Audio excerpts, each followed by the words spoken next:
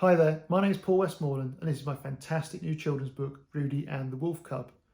It's a wonderful, wonderful story all about a little werewolf boy called Rudy who finds a little lost wolf cub and decides to try and reunite him with his pack. The story takes Rudy on an adventure deep into gnarly bark forest, which is full of all sorts of dark, twisted old trees, loud, angry skeletons and shouty trolls and other spooky dangers. But along the way, Rudy learns a very important lesson.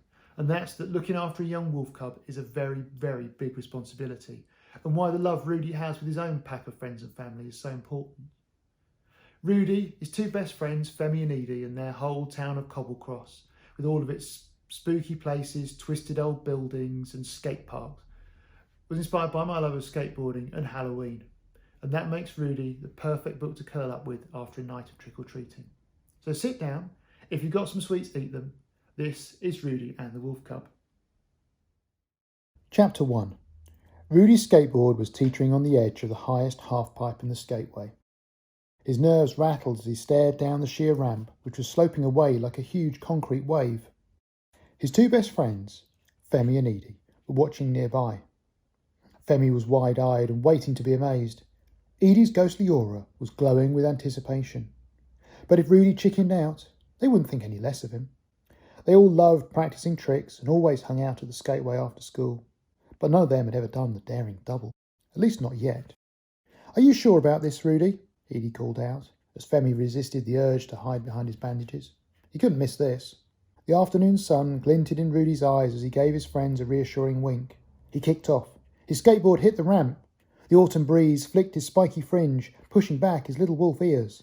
Rudy's wheels spun in a blur, down the ramp and up the other side, then whoosh! He shot into the air. Rudy's friends watched, willing him to make it. He grabbed his skateboard, and the world spun around him as he flipped in a daring double somersault. Femi and Edie's jaws dropped. But Rudy landed safely back on his wheels and scraped to a stop at the bottom of the concrete pipe with a pop slam. "That was awesome," Femi cried, almost bursting out of his bandages. "And ever so slightly stupid," Edie said. "You are mortal, remember?" Rudy smiled, flashing his pointy canines. He couldn't believe he'd done it. "Let me try," Femi said, and ran to the top of the half-pipe. "Be careful, yeah?" Rudy called out, fearing for his friend. Femi looked good as he kicked off, but halfway down, a loose bandage caught in his wheels. Edie and Rudy gasped. The faster Femi skated, the more his bandage unravelled and tangled until... whomp! Femi's board flipped over and he crash-landed on the ramp with a ball of bandages round his ankles. Rudy and Edie ran after their friend.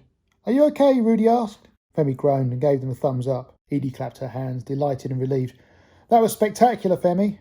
Just not in a good way. As she and Rudy began untangling their friend, Rudy froze. Howlingly! The sound made Rudy's wolf hackles rise. His mind focused. He dropped everything and shot off across the park, leaving the others staring, open-mouthed. A moment later, they ran after him. "What is it?" Femi asked, when he and Edie found Rudy crawling around behind the bins. The answer came as a huge surprise when Rudy emerged holding a little furry wolf cub. "Oh, he's adorable," Femi cooed as the cub playfully clawed at his loose bandages. Understatement of the year," Edie said. "Didn't you hear him whimpering?" Rudy asked. Femi shook his head. "We don't have your insane wolf hearing, or your nose for sniffing out pizza places," Edie added. The little cub licked Rudy's nose. "Where's your pack, little fella?" Rudy asked, stroking the cub's ears. "Looks like he thinks you're his pack," Femi said as the cub nestled into Rudy's arms. "Hey," Edie looked concerned. "You can't just keep a random wolf cub." She put her hand on her hip. "His pack are bound to be looking for him." Rudy strained his ears and listened. "It doesn't sound like it." Edie let out an uneasy sigh. Femi rested his hand on Rudy's shoulder. "Come on, they must be. Your parents would search the whole town for you." "Of course they would," Edie said.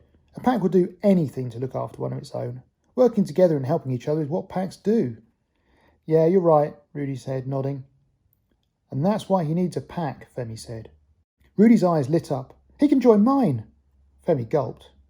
"Really?" Edie's eyebrow rose like a question mark. "You're going to just go home and say, 'Hey, Mum, Dad, I've signed up a new member of the family'?" "Why not?" Rudy said. "They'll love him. Wolves are fiercely loyal, you know." "Sure," Edie said, "but aren't you asking him to be loyal to a total stranger?" Rudy squirmed awkwardly. "But he's all on his own. He needs help. Look at him." Femi smiled, stroking the cub. He is lovely. But I can't see your parents going for this. Whatever, Rudy shrugged. He stared into the cub's eyes, and the warmth of the little furry bundle seeped through him. He'd only been holding the cub for a minute, but already Rudy couldn't imagine them being apart. Come on, Rudy said. Let's go home. I hope you enjoyed that. If you'd like to find out what happens next and everything else that happens after that, Rudy and the Wolf Cub is available in store and online now. As a bonus, we've got Rudy and the Monster at School is available too. So there's loads more Rudy adventures and lots more fun to be had. Until next time, happy howling.